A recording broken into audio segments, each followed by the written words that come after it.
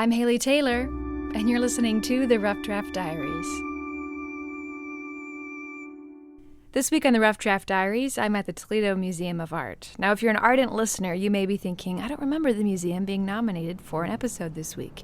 And you're right, the museum wasn't nominated, but I'm here to meet up with this week's guest. It's David Dupont.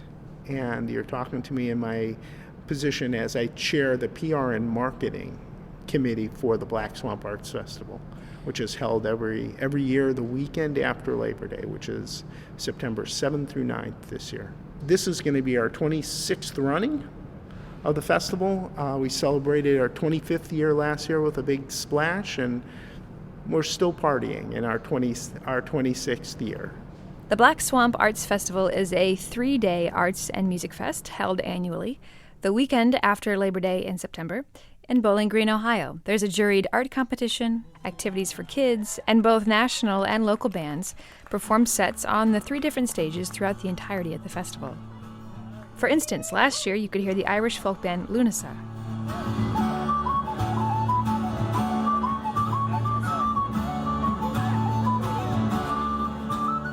Or maybe the blues and rock artist Nikki Hill. This one I wrote, y'all. This is called I Got a Man.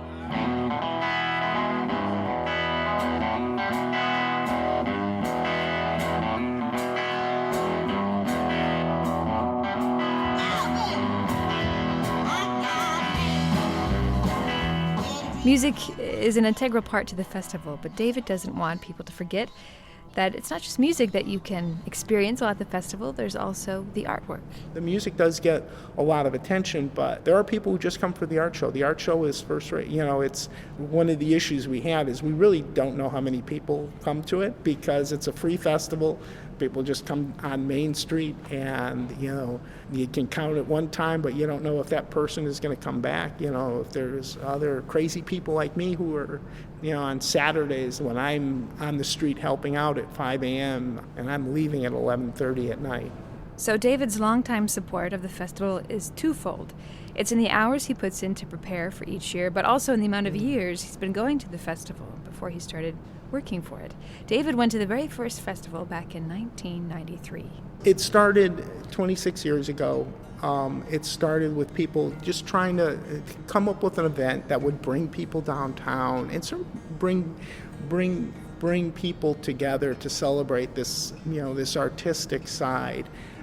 Interestingly, it almost didn't happen after the first year. The first year they had torrential rains, and the headlining concert had to be moved into a local church. I know for myself, we didn't go to that headlining concert. There was Leon Redbone because it was pouring and word. This was also 26 years ago. It was before really social media was a big thing.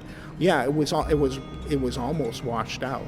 And some downtown business people said, well, this is worth trying, so they loaned it money so it could go on the next year. And I think this probably was the wildest dream that started with people just trying to come up with an event that would bring people downtown and sort of bring people together to celebrate this, this artistic side. By putting a spotlight on the artistic side of the community, the city of Bowling Green gets to share the spotlight as well, which David believes this historic community deserves. Yeah, we are.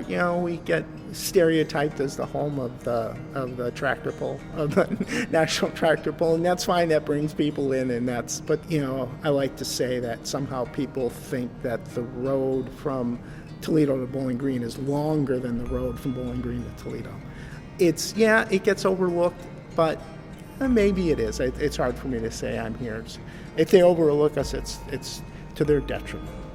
As you can tell, David likes to focus on the positive, especially when it comes to the festival. He's often reminded of the sense of community the festival brings to everyone who partakes in it. It's a time now when people from the outside, people who graduated from the university or grew up here and moved away, so many it's like a homecoming. People come back. You always see people there's probably people you see who you only see at the festival, but it's like your old friends. And that's the spirit. My kids would say this was their favorite weekend of the year next to Christmas. And that's the spirit you get with this.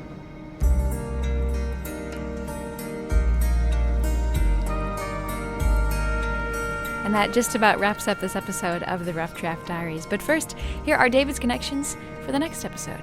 So these are some of the ones that some of my colleagues on the board suggested. One would be the Center for Food and Culture, which was founded and run by Lucy Long. There's a lot of interesting things looking at local foods.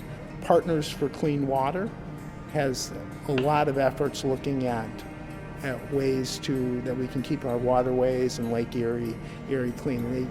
And then there's always, if you want to hear more about BG&D, you can always come back to us. So. You'll have to tune in to find out who I pick. For now, I'm Haley Taylor, and thanks for listening to this episode of the Rough Draft Diaries.